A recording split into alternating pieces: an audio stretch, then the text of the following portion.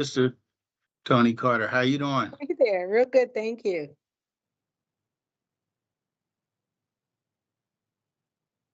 Uh, my biological sister, her name is actually Tony Carter.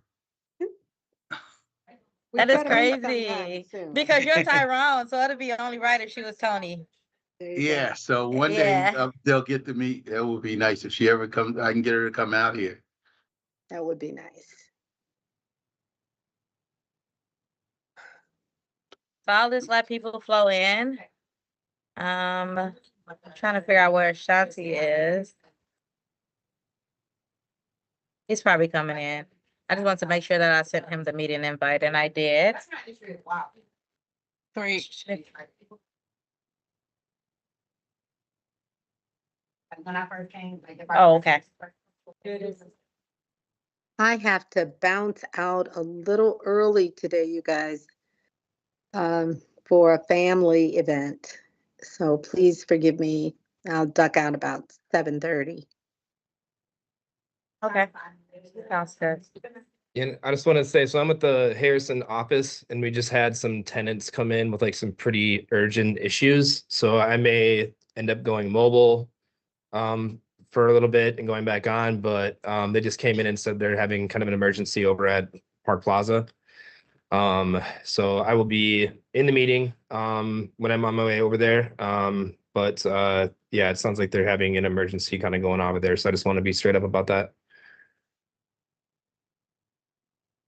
Thank you. Yeah, it's part of having it at the office. You know, people come when they when they need help. So Yeah, yeah. So I'm probably gonna go. I'm gonna go mobile here shortly, but I'll be I'll be paying attention, but in and out. I have to go see what's going on. But I'll have it on my phone and I'll be listening. Thank you, Mitchell. Yeah. Tori, do we know if council member Pacheco was able to make it online?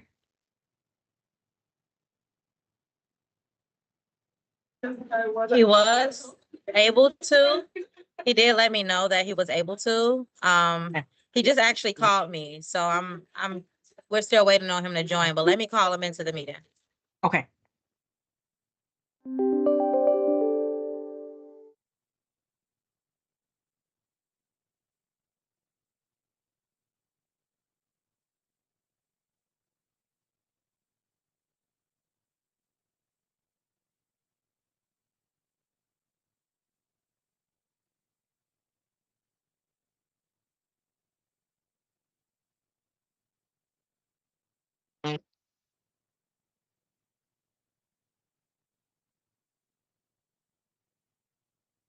I just wanted to welcome Ashanti.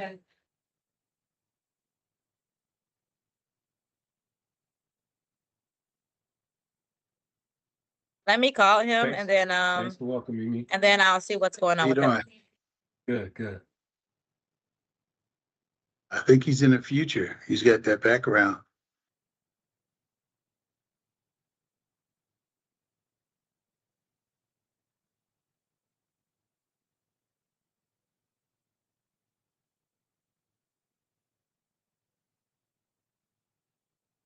Okay.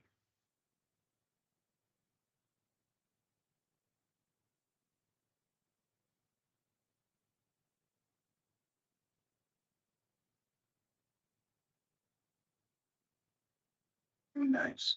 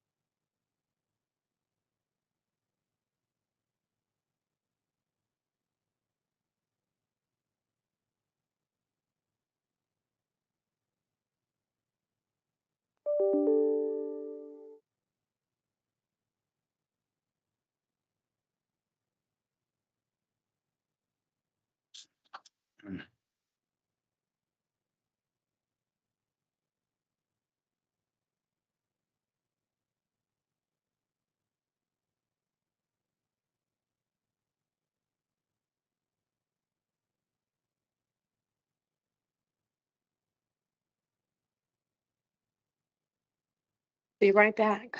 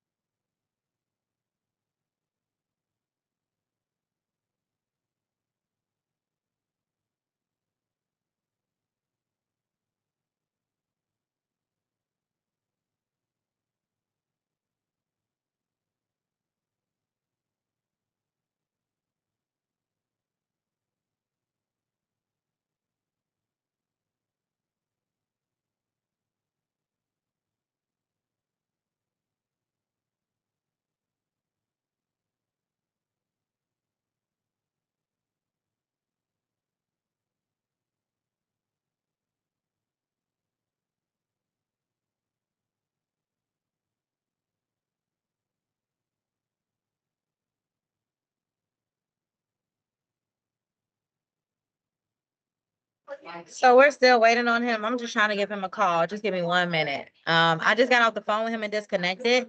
So I'm trying to understand what's going on his side.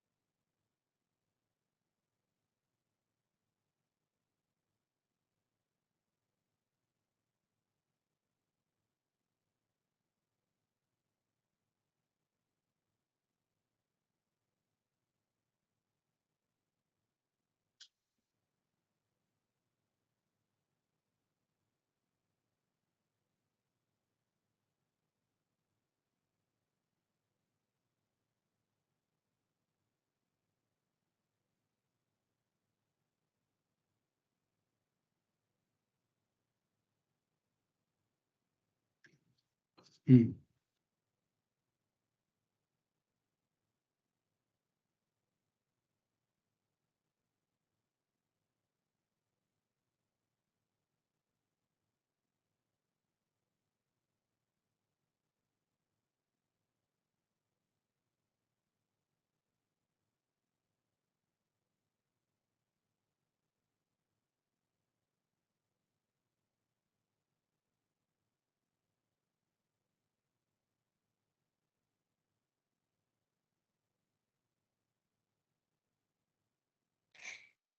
Carmian, Yes. Would you be okay with calling the meeting to order until Councilmember Pacheco joins us, or would you like to wait? Yeah, I just got off the phone with him. What was the problem was his password or something is outdated, so he wasn't able to log onto his computer. But I just sent it to his email address, so he should be joining shortly. If Carmian wants to start the meeting, Councilmember Pacheco said it's okay too. Okay. He said he'll join shortly. So if you guys want to go ahead and get started, you can. And if you want to wait till he join, you also can wait. It just depends on what Carmian wants to do. Yeah, we can get started and then he can take over when he arrives. So, good evening, everyone. My name is Carmi Ann Foster and I am co-chair. It is June 17th, 2025, and I now call to order the June meeting of the Equity Advisory Committee in accordance with Robert's Rules of Order. We'll start our meeting by reading the Dakota Land, Water, and People Acknowledgement. The Metropolitan Council acknowledges Okay, that I'm the here. land. Oh, okay. Did you want to take over the land acknowledgement then? Council member? Okay, hold on. Go, just continue. I know I can get in now at least. Okay, so I'll do the land acknowledgement and then you can do the welcome details.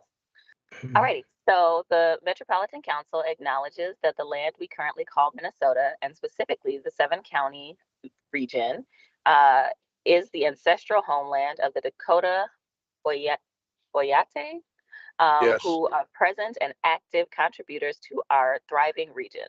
As part of the Metropolitan Council's commitment to address the unresolved legacy of genocide, dispossession, and settler colonialism, and the fact that government institutions, including the Metropolitan Council, benefited economically, politically, and institutionally after the forcible removal of the Dakota Oyate, the Metropolitan Council is dedicated to instilling land, water, and people commitments in regional policy. These commitments support the Dakota Oyate, the 11 federally recognized tribes in Minnesota, Ho-Chunk Nation, and the American Indian communities representing over 150 diverse tribal nations that call the 7-county region home. All right, Councilmember Pacheco, you can take it over with the welcome and meeting details. I'm still trying to get your, see, Oh. I got twice. At least I can see you guys now. I'll keep going. You just let me know when to stop. We'd like to extend a warm welcome to all members of the committee, as well as members of the public joining us online. This meeting will proceed until 8 p.m. or when our business is concluded, and we appreciate your participation. For those watching remotely, we are streaming live on YouTube, and our meetings take place every third Tuesday of the month from 6 to 8 p.m. We would now ask our staff to do the roll call, please, and to verify quorum.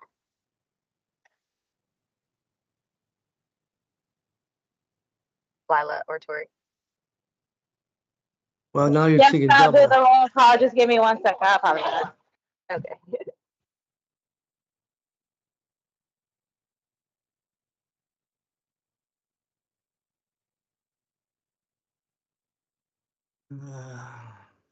While Tori is getting that together, I would just remind all the members that you should have received handouts via email and that all meeting materials are also accessible on the Metropolitan Council's EAC webpage located at metrocouncil.org. Can you all hear me? Yes. Yes. Oh, okay. Yes, Well, we then can hear you. That's fine. I just I'm can't sorry. find the text that you sent me as far as opening the meeting. So you can go ahead. I'll participate as it jumps in, but you can read the co-chair sheet that you sent out. All right, so yeah. I'll go ahead. Oh, I apologize. Go ahead, Carmen. No, I was just acknowledging that, yeah, I'll keep going and then you can let me know when you found it, but we're at the portion where Tori was going to do the roll call, so. Great.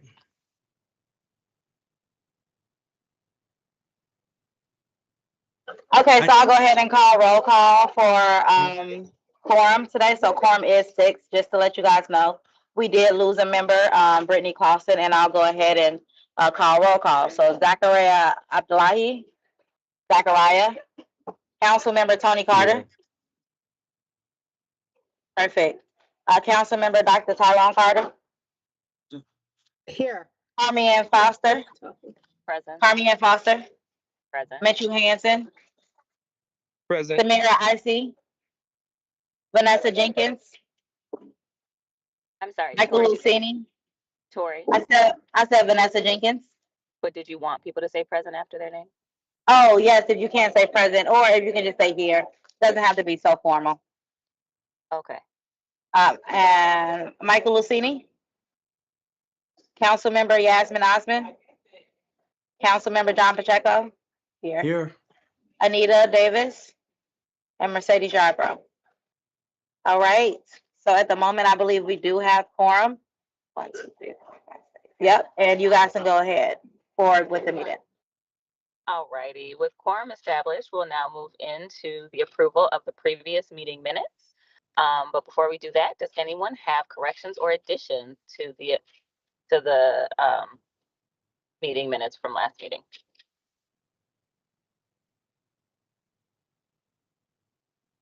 All right, hearing none, I'll move forward with a vote to approve the minutes. Do we have a motion to approve the minutes? Sorry. So moved. Do we have Second. a second? Thank I'll you. second. All in favor? Aye. Any opposed? Hearing none, the meeting minutes from last month are approved.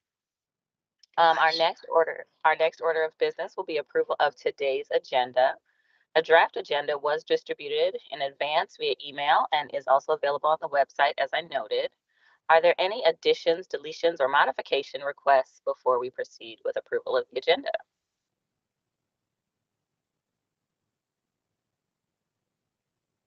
All right, hearing none, I will entertain a motion to approve the agenda as presented. So moved. Do we have a second? Second. All right, all those in favor? Aye. Aye. Are there any opposed? All right, hearing none. Public invitation. I was not informed of anyone having signed up to give comments today, but we will now invite members of the public to address the committee. If you wish to speak, please note that you must have pre-registered online prior to this meeting. Each speaker is allotted 3 minutes to share their comments. Tori or Lila, can you confirm that we have no one signed up? We do not have anyone from the public that has signed up. All right, seeing that there's no one signed up, we will proceed to the next agenda item, which is our presentation for today. We have the small business program recommendations.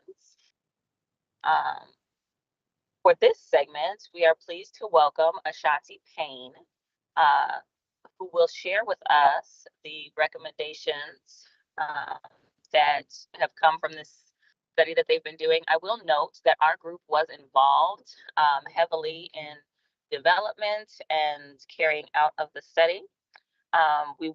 I do ask that the presenter introduces themselves by name for the purpose of our recording. And then just for everyone's information, the presenter will have 20 to 30 minutes, depending on the needs of their presentation. And then we will have questions after. So I do ask that you reserve your questions or comments until after the presentation is completed. Ashanti, I will now turn the floor over to you. Thank you, Co-Chair Foster, Co-Chair Pacheco, Council and Committee members, Ashanti Payne, Assistant Director in the Office of Equity and Equal Opportunity. And I am pleased to be able to present to you this evening recommendations for our small business program that we feel will move our administration and outcomes relative to our small business programs forward. As Co-Chair Foster already mentioned, the Equity Advisory Committee played a key role and recommending that we get a third party to look at our small business program administration and outcomes and to provide some recommendations. And this is the fruits of that labor, so to speak. So before I get started, I just wanted to talk about why this work is important for us and for the residents in this region. We know that small businesses are the lifeblood of our economy, locally, nationally. Small business is one of the programs that pumps dollars back into our economy. And our small business program activities are aligned with the council's mission, vision, and contribute to the realization of organizational goals, objectives, and values. And the council conducts 62% of our procurement activities and purchases with small businesses. Now, up until this point, that has been a lot of white male-owned small businesses, but also small businesses may be better equipped to deliver specific services that the council solicits. So with that, Tori or Lila, do you want me to share my screen for the presentation, or is somebody going to pull it up? Oh, you can share your screen if you like. That's fine. You have permission. All right. Unless you want us to pull it up, we can always do that for you. Oh, you got it. There we go. All right. Just go into.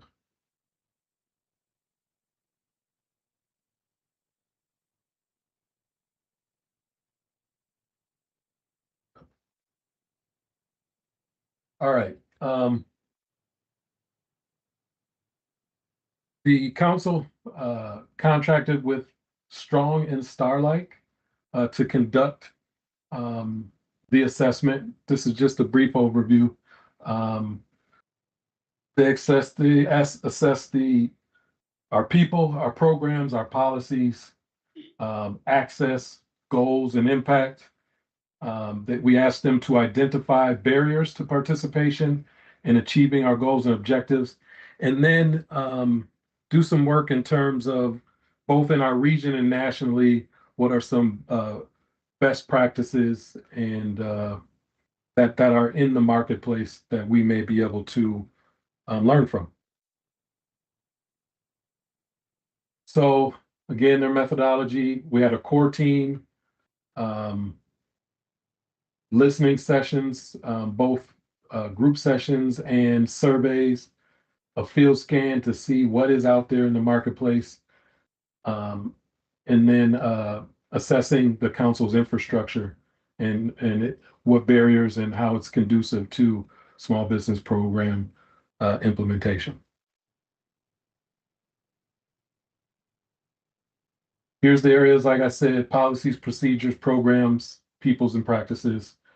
Here's some of the areas they looked at, including our data and our IT infrastructure.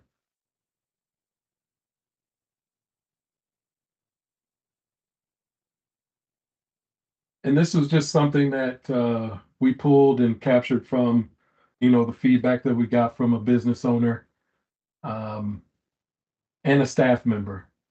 And these were just, we didn't edit or anything. These were their words. One business owner said, would I be just a number for the council to use on their data to show that they just completed outreach? Or is this going to be something that changes the status quo?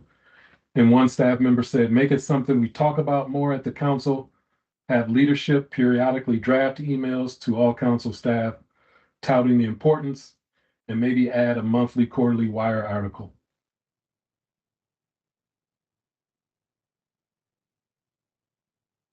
So these are in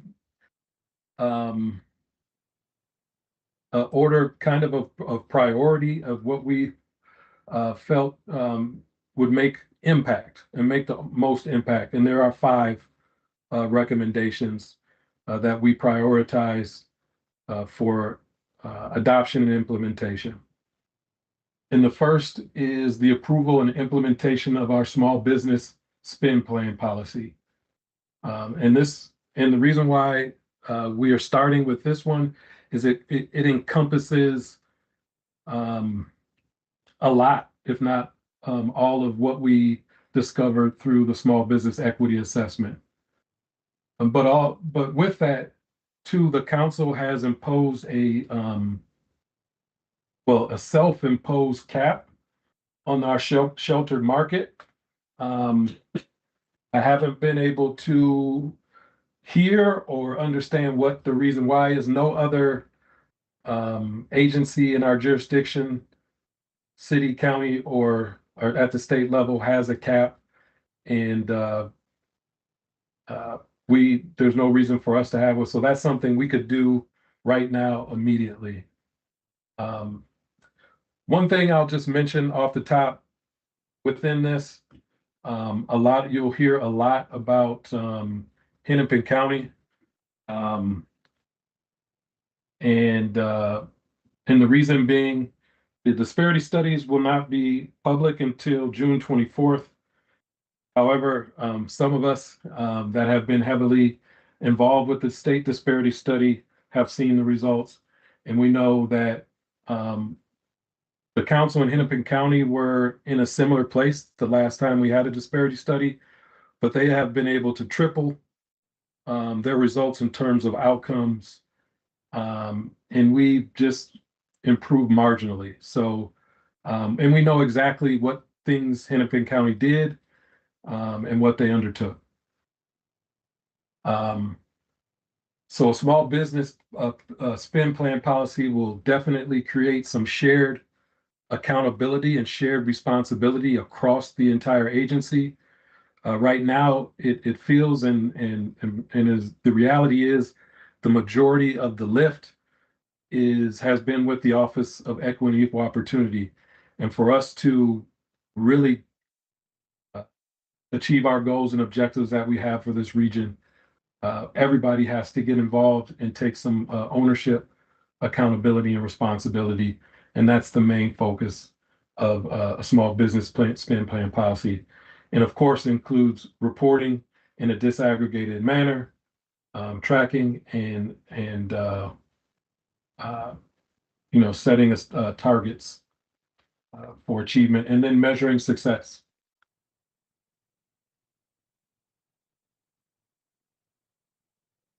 Also within the small business spend plan policy, training. One of the things that there's a couple things that we learned both from the study and just empirically. I presented results to one of our divisions, and they were surprised that they had $600,000 spend in P cars, and they're like, "That can't be."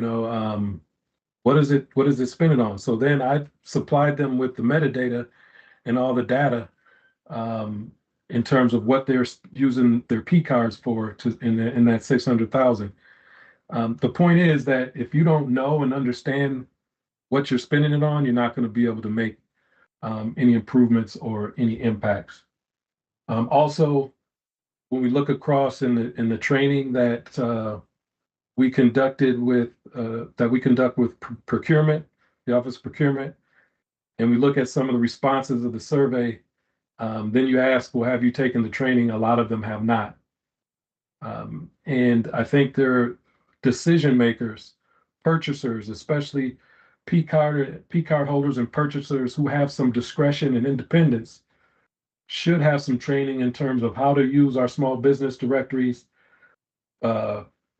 What are some of the tools and resources available for them to be intentional and proactive in their actions in terms of small business contracting. Access, outreach, and engagement. Again, being able to connect with decision makers, and decision makers being able to understand businesses, small businesses that are in our marketplace that they have not had the opportunity to engage with contract with and to create that connection. And hopefully that turns into a relationship and eventually a partnership. And then the last part is to deal with our technology. And one of the things that I think the consultant heard from both staff and external partners is, our technology could use an overhaul.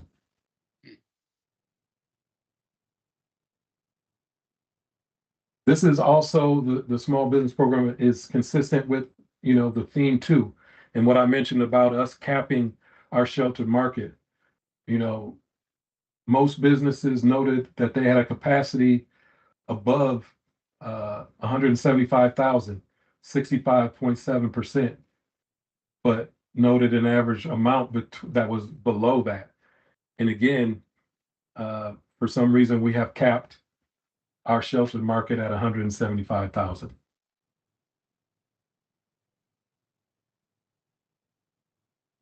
And we believe this as well, that in terms of have leadership held accountable, which will have them hold their staff accountable. The small business spend plan policy makes that the division directors, general managers are responsible and accountable. And we feel that way they will hold their divisions and departments accountable as well.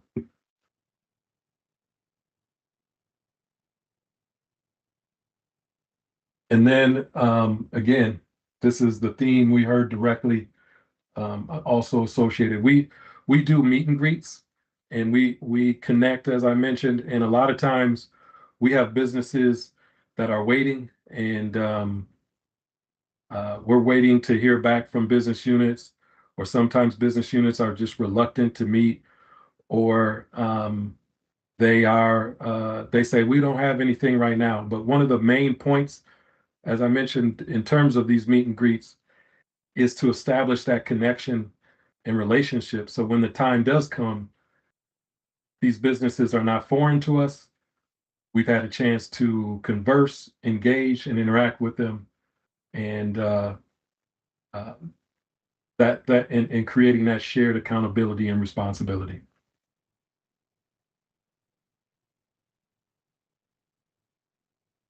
And this small business spend plan policy will, again, it puts OEO and procurement in position to support and provide technical assistance, and ensures that we have early engagement with divisions and business unit. And it allows for us to be intentional in our planning, transparent, and provide space for innovation and excellence.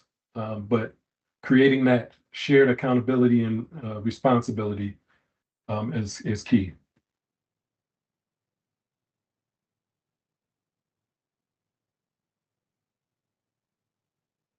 The second recommendation is the development and implementation of a Metropolitan Council small business program. And really, this is just to develop a small business program. We already, at the federal level, are required to conduct the DBE program for federally funded projects. We utilize our Metropolitan Council Underutilized Business Program, or MCUB, for projects that are funded with local funds. But this would be an additional small business program, really based on factors like size, gross receipts, number of years in business. Why this is important? We know that there are only a small amount of certified small businesses that have the ability to do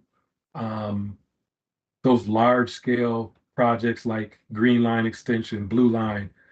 And the majority of these small businesses are at a capacity of gross receipts under 4 million. And a lot of the prime contractors use the same large small businesses over and over again. And this is an opportunity to get small businesses at the right level and conduct some of our direct and intentional tools to target the majority of our small businesses who have a hard time finding their way or opportunities with the council.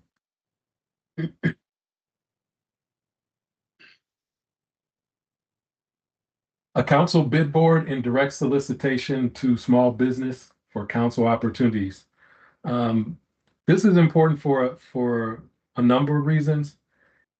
When the Office of Equity and Equal Opportunity conducted our own survey in 2021, the number one barrier identified was not being able to find opportunities with the council. And that was also the number one barrier, as you'll see, that was identified by businesses surveyed through this small business equity assessment. And in 2021, when we did this, we didn't do anything. I mean, a lot of our internal staff and leadership was very defensive. You know, I even remember somebody pulling out their phone and say, I just Googled, you know, this, and it took me right to our contracting page. But we understand and know that it's not about these small businesses being able and their ability to use Google. And it was about something else. And this is in their own words. The bulk of contracting opportunities on the website are construction and Department of Transportation, but something to break out non-construction services would be amazing. You know, how to find their own service product and where that niche is at the council. That's what we're trying to do.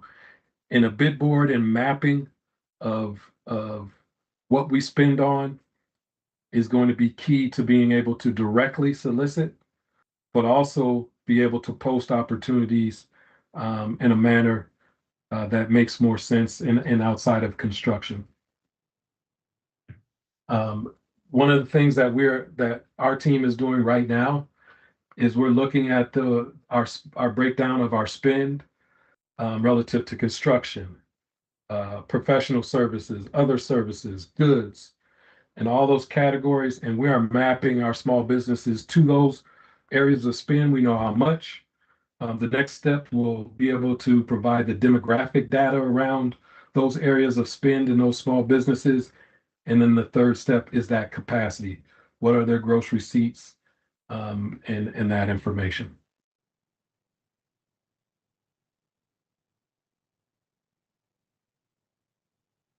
Fourth recommendation is dedicated funding for continued administration of our supportive services program for small businesses. We were granted one-time funds through some Thrive Equity funds, but those funds are running out. And this has been a really beneficial program for our small businesses. It's something that they are taking advantage of. And the feedback that we're getting through our quality control has identified this is a very helpful and impactful service that we are providing. Bidding and estimating and how to respond to RFPs continue to be the most popular classes. Along with, we offer one-on-one business consulting, just business consultation. We have almost 100% in terms of folks who register for those sessions and show up. Some of the classes, yes, there may be a few that register, but you know, if 20 register for a class, if 18 show up, but those one-on-one sessions, everyone that registers shows up for those sessions.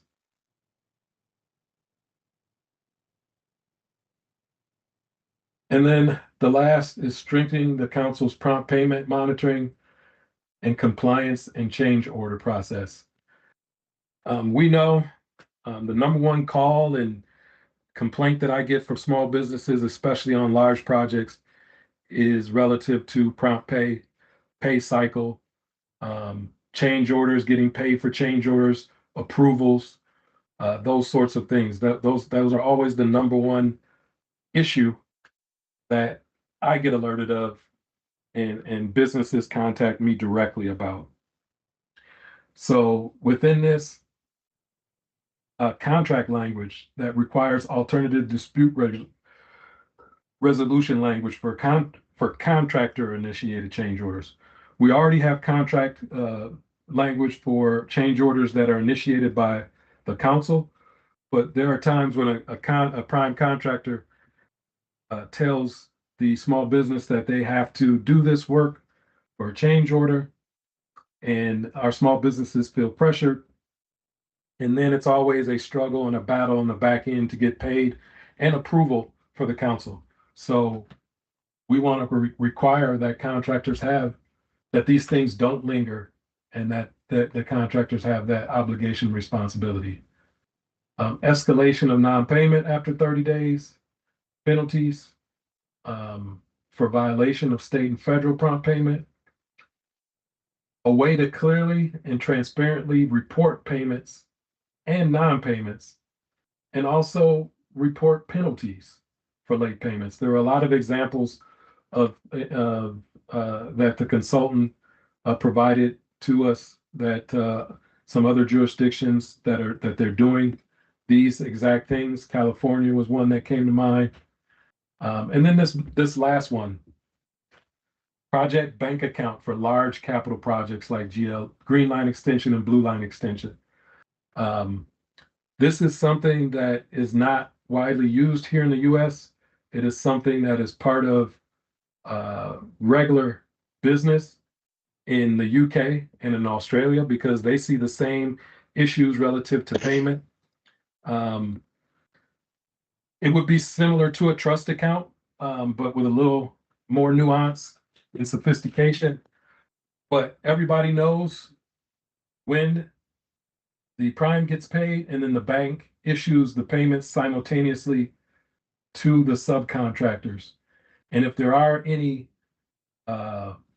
retainage or monies being withheld, it's transparent. We know about it, and the prime contractor has to tell us why they're holding retainage or not fully paying on that payment, and get approval. So transparency, everybody gets paid at the same time, and this also will reduce our costs. A lot of small businesses know on council projects what those pay cycles look like, so they have to account for that risk, and they inflate their bids. This will allow us to get better bids, save us money on the back end, and risk.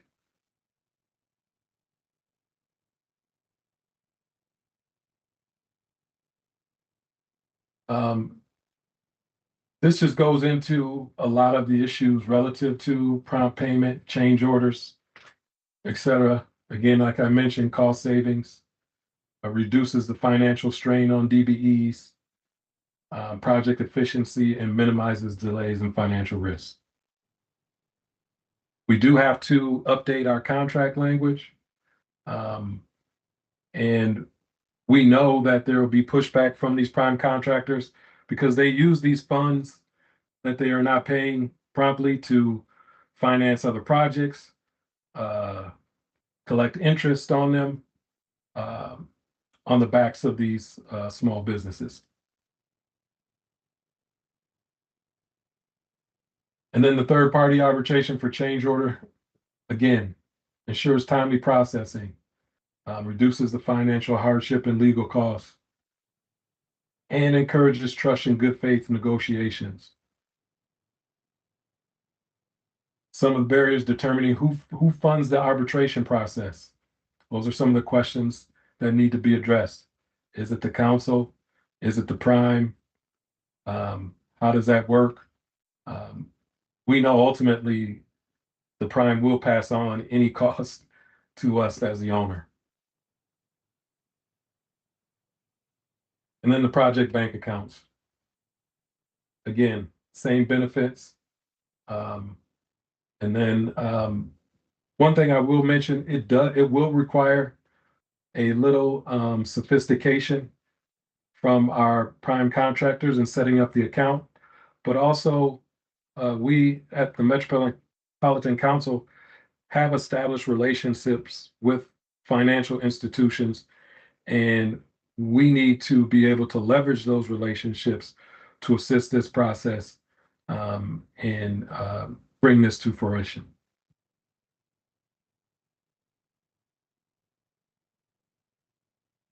With that, I will stand for any questions.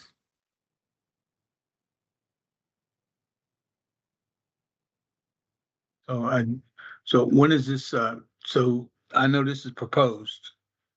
So what's the timeline on this?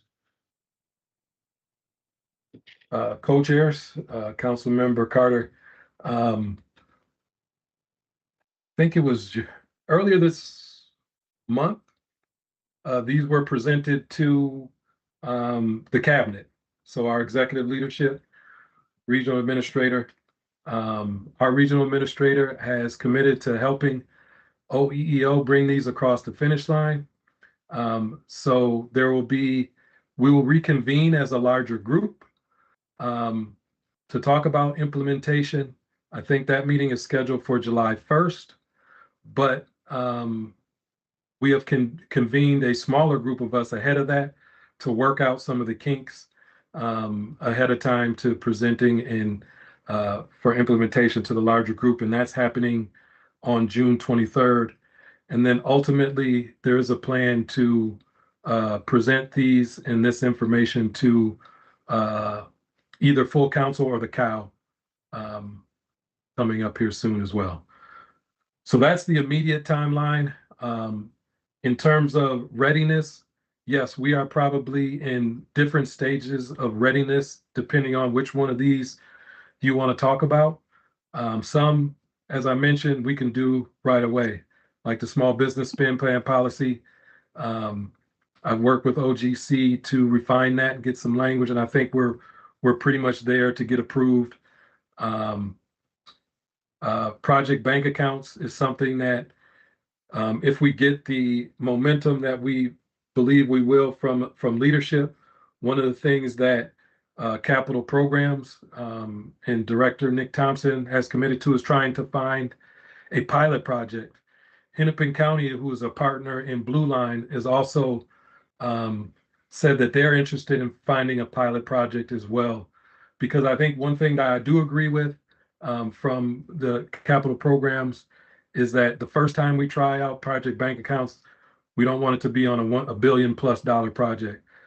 Even in the UK, they had some pilots and did some piloting of this as well. So again, depending on which one you want to talk about, we're at different stages of readiness. Some we're ready to go right now. Okay, well, I'd just like to say I really like these recommendations because it shows progress potentially in the future. And it looks like it was born out of real concern and study. So my hat's off. Thank you. I'm glad there's excitement to jump in and ask questions. I do want to thank Ashanti Payne for your thorough presentation. And as we continue to open the floor for additional questions and feedback, I do want to remind our committee members that we only have a 15-minute window. So we're going to ask folks to make sure that we are limiting our talking time so everybody gets a turn. So Dr. Carter already was able to share his questions. Are there any others? Please use your hand raise emoji to indicate your interest. Yes, this is Councilmember Pacheco. You mentioned, Ashanti, a technology or is there a specific technology that others are using? And I'm saying this on behalf of not only our group here, but with the Latino Chamber of Commerce. You know, we use different technology for managing a lot of the efforts that we have now. Is there one by name that you know of? Mr. Chair, yes, part of this, and I didn't go into depth on this, but thank you for asking the question, is technology. So one thing a decision that has already been made relative to some of our partners. So as a recipient of US DOT funding and administration and operation of the Disadvantaged Business Enterprise Program, we are required to and have created a Minnesota Unified Certification Program. Good. And those partner agencies are the Metropolitan Council, Minnesota Department of Transportation, Metropolitan Airports Commission, and currently now the city of Minneapolis. So that body made a decision in terms of our portal, our certification portal, to switch to a technology called B2G Now. Folks in this industry are probably familiar with them. It is a product, and the one reason that, well, there's a lot of reasons that we made this decision, because our current portal doesn't meet the current federal requirements for certification portals and information, and this one does. But it also gives us the ability to search and have advanced search similar to the SBU site, where we can search on factors like size, other things that we currently cannot do. So we are going to that. MnDOT is funding the initial cost and the first year cost for all the participating agencies. Some of the agencies like City of Minneapolis, Metropolitan Airports Commission, and City of St. Paul, the CERT program, already use B2G Now. So again, that will also save the council resources in terms of what we would have to do for certification, and providing the information and taking on that risk on behalf of the contractors and putting together information based on size and other factors. So this saves us that by going to that. And also part of the recommendation is not only our federal portal go to B2G Now, but our local small business program directory move to that as well. I would also mention that currently we defined our requirements for a comprehensive. Right now, none of our council systems account for the work that we do in our small business program in the Office of Equity and Equal Opportunity. So we've defined our requirements, and the consultant we brought on, Iceberg, that is assisting with this BPSI project, is reviewing those to see if PeopleSoft and BPSI can handle our requirements, or if we need to identify another source that will connect with PeopleSoft. So we are right now, currently as we speak, engaged in that process with the consultant. Early determinations, they feel that 80% of it can be handled within PeopleSoft. The other 20 would take what they're terming as significant modifications. So some decisions be made in that, but immediately we want to move to this new certification portal technology. Hopefully that addresses your question, Councilman. No, yes, it does. And actually, I'm really appreciate the presentation. I've had these discussions this morning, actually with the Latino Chamber, because we're highly represented in the construction field. And so how is that impacting the work we're doing and where they are that are non-construction? So I'm tracking with what you're saying here. One quick question though is, what do you hear or see in regards to the federal support, you're getting today, and where the direction of the government's going? Another excellent question. What I will say is that there is a lot of unknowns, but there are some things that we do know, both on the political front and the legal front. On the political front, we know there's been I think 167 various executive orders that I think have the intention to create fear, attacks on small business programs, equity programs, this work. But that is not, executive orders are not law. The only thing that could get rid of the DBE program would be an act of Congress. We know the DBE program is set to be reauthorized with the Transportation Act in 2026. So that work is going to start, and those discussions and conversations in the fall. But we also have been talking to our partner agencies in the region, in discussions that they're having and we're having with USDOT attorneys and also representatives. One thing that the USDOT attorney shared on a conference call is that regardless, okay, let me back up. We know that there is on the legal front, this case out of the, is it the sixth district?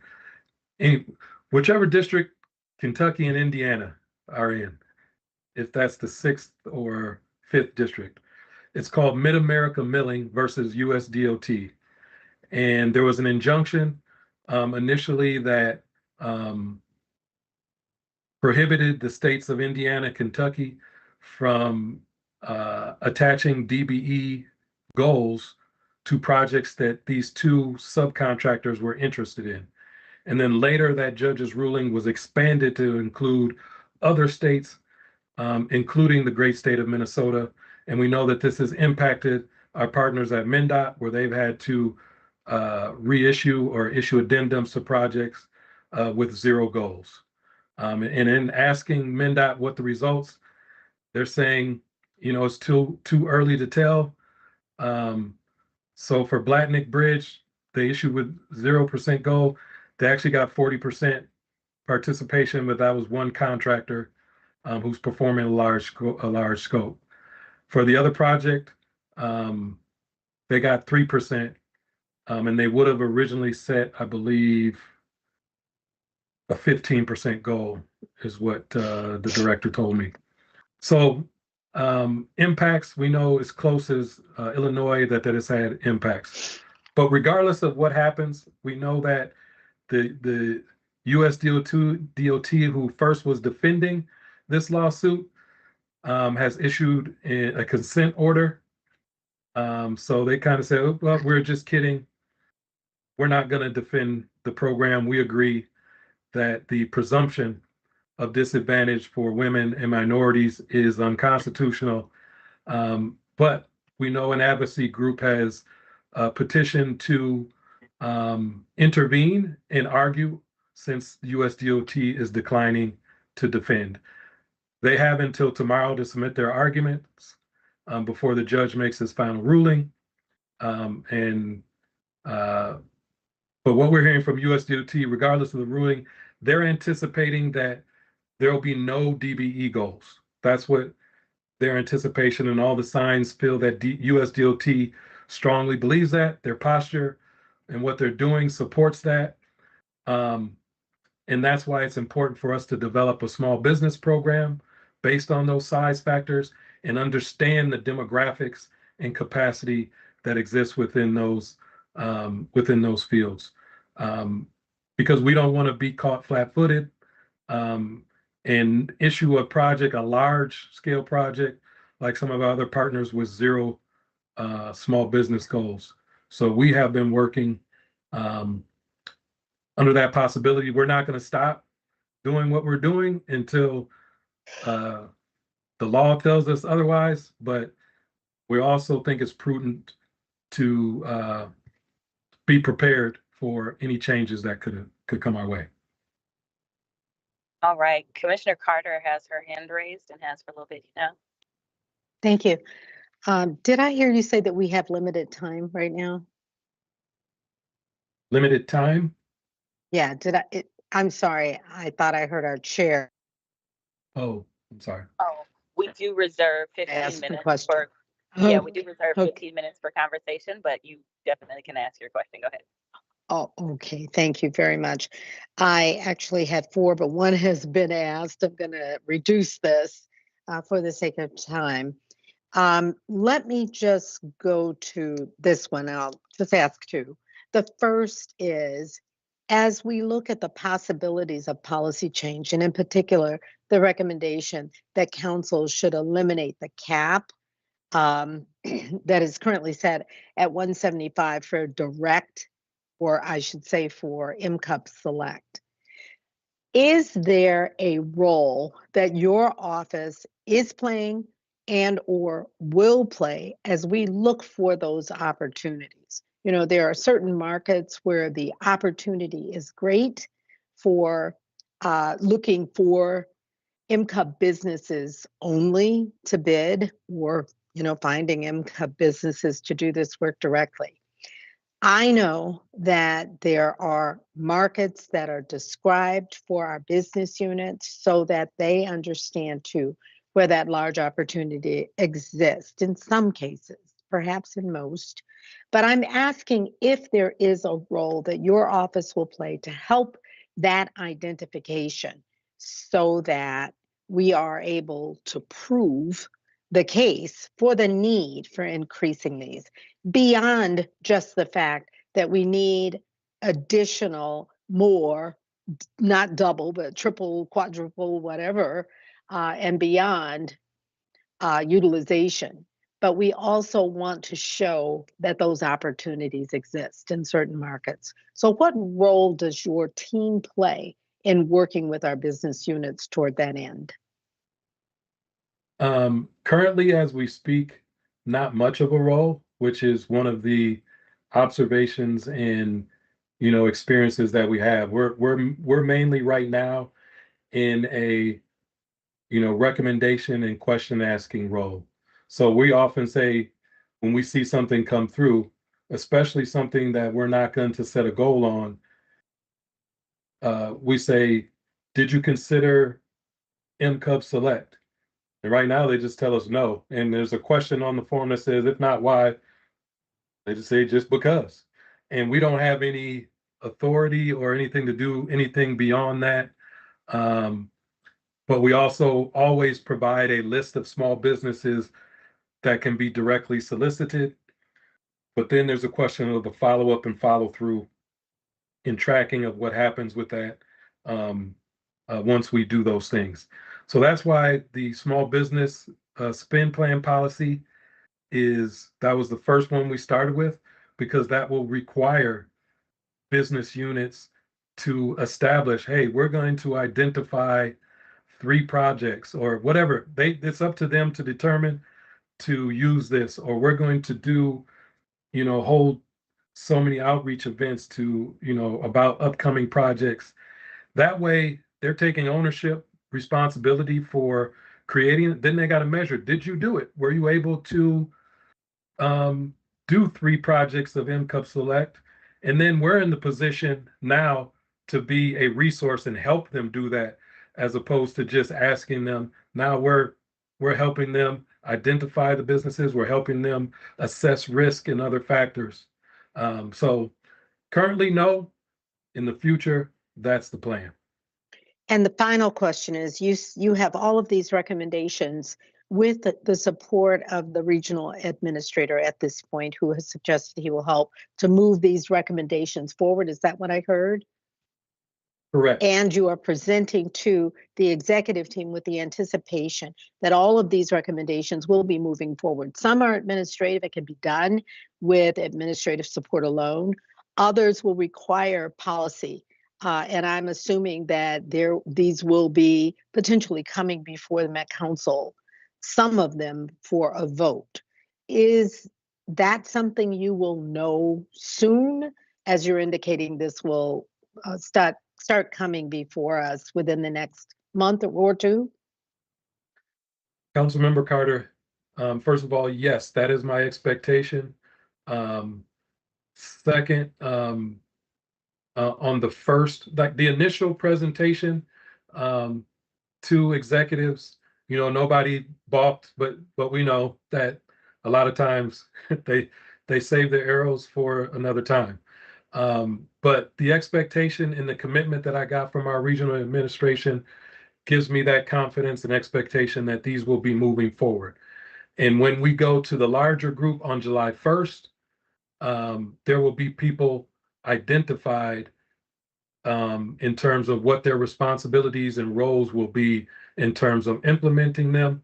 And the expectation and communication I've received that it will go to the forum for implementation. And then, yes, at some point in the future, our regional administrator didn't designate a specific date, but he just mentioned at some point in the future, there will be a presentation to Cal or the council just to update the council on this work. And of course, like the policy and that has to go to council for approval. So finally, I would just suggest that this work is so very important to the Equity Advisory Committee here that I would want to talk with the chair and staff about a possible letter of support. We want to make sure that it's timed appropriately as you move these measures forward so that a word can be heard from this council with respect to the importance of this work. Our kudos to the council for having pulled these recommendations forward, staff working through them, our regional administrator and our executives being in support and expecting that they will pass through council at some point later this year. So I'm just asking the chair and staff to think through how this council might have a voice in adding its support for the recommendations, if you all think that is appropriate. You know, I had a brief they've been working. I had a brief conversation regarding this a couple of weeks ago. I think it was maybe a little longer with our regional administrator. And as Ashanti pointed out, he appeared to be very supportive of moving along this track and really addressing small businesses. So if it is needed, I mean, Councilmember Carter, were you asking that this body here send a letter of support or maybe a communication to the leadership here regarding support from the Equity Advisory Committee? Having heard this presentation, I am extremely impressed, and I think all of us would be.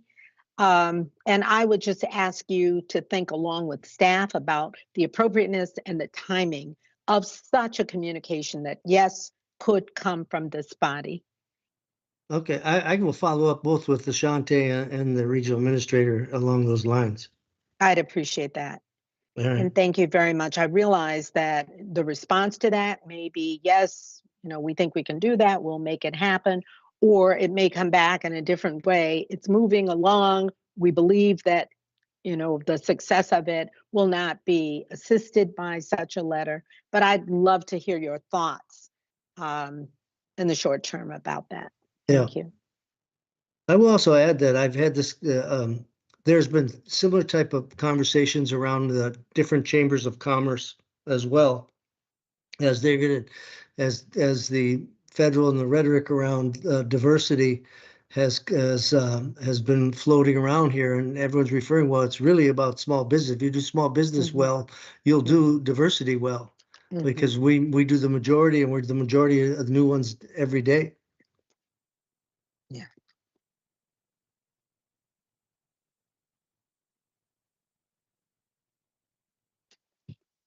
Thank you all for such a rich discussion. Is there any other committee members who would like to give comments or who have questions?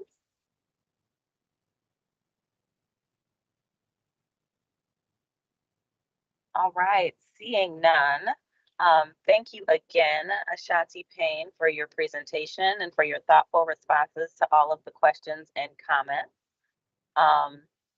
We can move on to announcements now.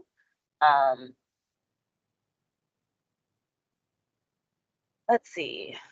To ensure that everyone has the opportunity to speak, online participants, please raise your hand if you have announcements to share so that you can be recognized. I'm not sure if committee members heard Tori's announcement in the beginning of our meeting that we have had a resignation from our committee. We thank Brittany for all of her work on our committee, and we wish her all the best in her future endeavors. We will be doing some recruitment and things in the future to fill that spot. But Tori, could you provide the committee with a brief update about our recruitment efforts from our most recent round of solicitations or engagements?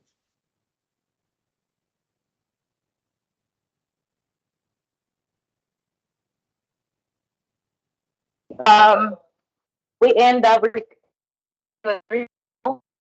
and who we're gonna move forward. Um, um, I'm not sure if you're breaking up for others or if that's just for me. Can folks hear Tori properly? Can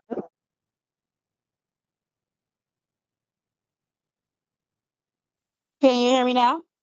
I can now. Thank you. Okay, perfect. So we interviewed 3 candidates. Initially we had 5 candidates, 2 kind of dropped off. And we interviewed 3 people, and out of those 3, 2 are going to move forward. So hopefully, it committee members next month. So just be looking out for some updates on that. And that's all I have at the moment. All right. We had previously. Is there any discussed- questions that anybody have about those notifications? Oh, okay. I was just asking, is there any questions? Is everybody clear? No problem. I apologize, Tori. Is there any questions regarding the new members?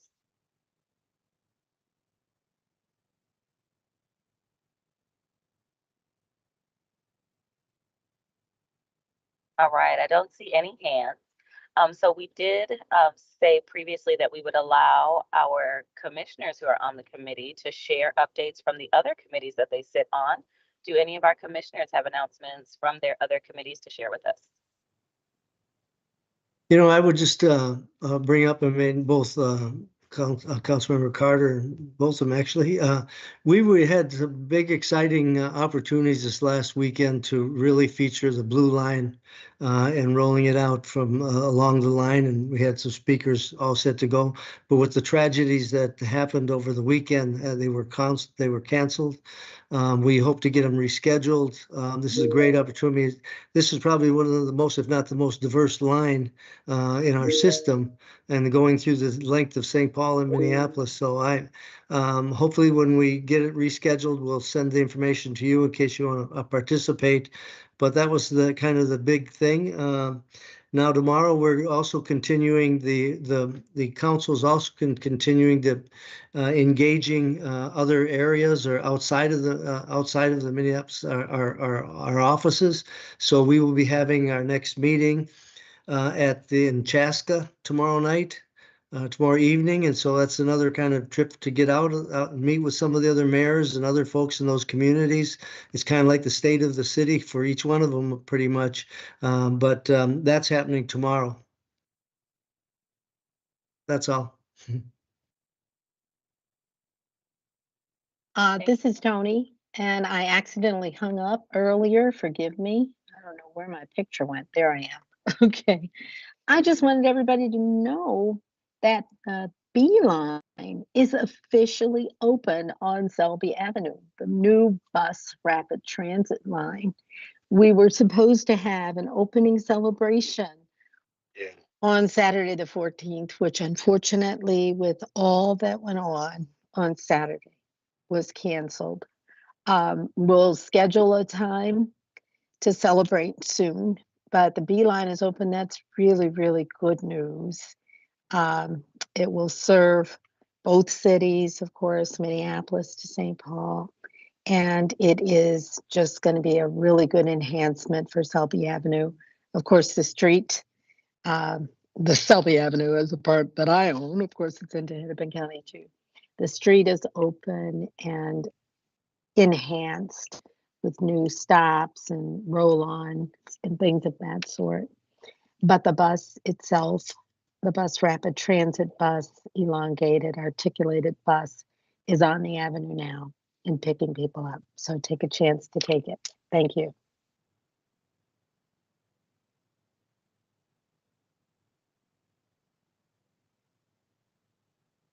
Nice. Do we have any questions for the commissioners regarding those announcements or other announcements from any of our other commissioners?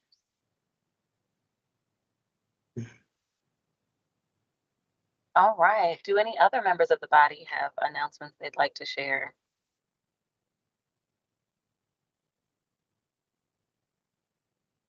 Seeing none, we have concluded our business for today. Thank you to everyone for helping us to move so smoothly through our agenda. I will now entertain a motion to adjourn. But prior to motion. doing that, prior to that, I Okay. just want to say, I'd want to appreciate Carmian to take over the operations here when my technology failed. Did a wonderful job, and I think it kept everything moving. I really appreciate it. Thank you. We're partners. We're in this together. No problem at all. All right. So do we have a motion to adjourn? Make a motion. And can I get a second? Do we have a second? Thank you. All those in favor? Aye. Any opposed? Hearing none, we are adjourned. Thank you again. Next month. Thank you. Have Thank a you, nice everyone. Have a evening, wonderful everyone. evening.